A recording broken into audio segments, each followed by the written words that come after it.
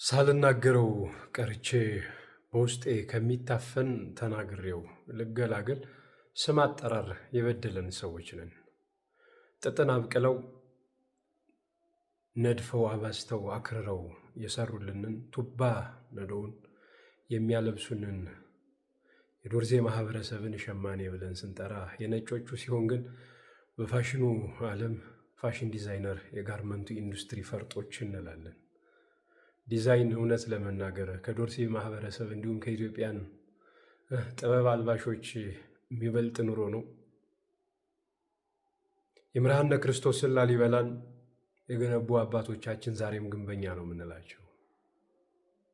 የፈረንጆቹ ሲሆን ግን ሲቪል ኢንጂነር ነው። እውነት ለመናገር የምርሃነ ክርስቶስ ላሊበላ እንዴት እንደተሰራ በምህንድስና ጥበብ ግን የተደረሰበትስ ጉዳይ ነበር። እውነት ነው ምነግራችሁ።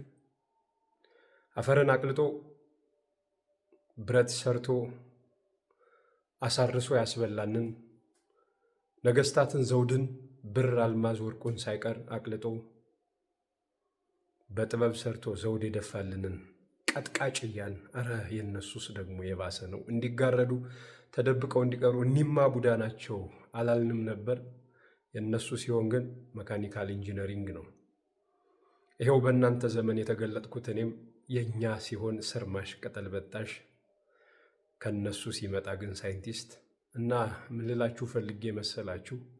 የኛን የሆነን ነገር ለስም አጠራሩ ክብር እያሳጣን ወደ ኋላ እንዲቀር አዘቅት ውስጥ እንድንገባ ከምናደርግ እየመረመርን የሚያዋጣውን የተሻለውን ነገር ከሌሎች የምንወዳደርበት እንዲሁም የማናንስበትን በልጠን የምንገኝበትን ሀገራዊ እውቀት ሁላችሁም በአንድነት የኔ ብላችሁ ካላሳደግነው ታፍንን ወደ ኋላ እየቀረን እንዲሁም ደግሞ ትንሽ ሞከርን የምንለው እየተብሰለሰልን ከምንኖር ከመስማት ይልቅ አዳማጭ ብንሆን መልካም ነው እላለሁ። የገበሬው ልጅ ዮሐንስ ሽፈራው ነኝ።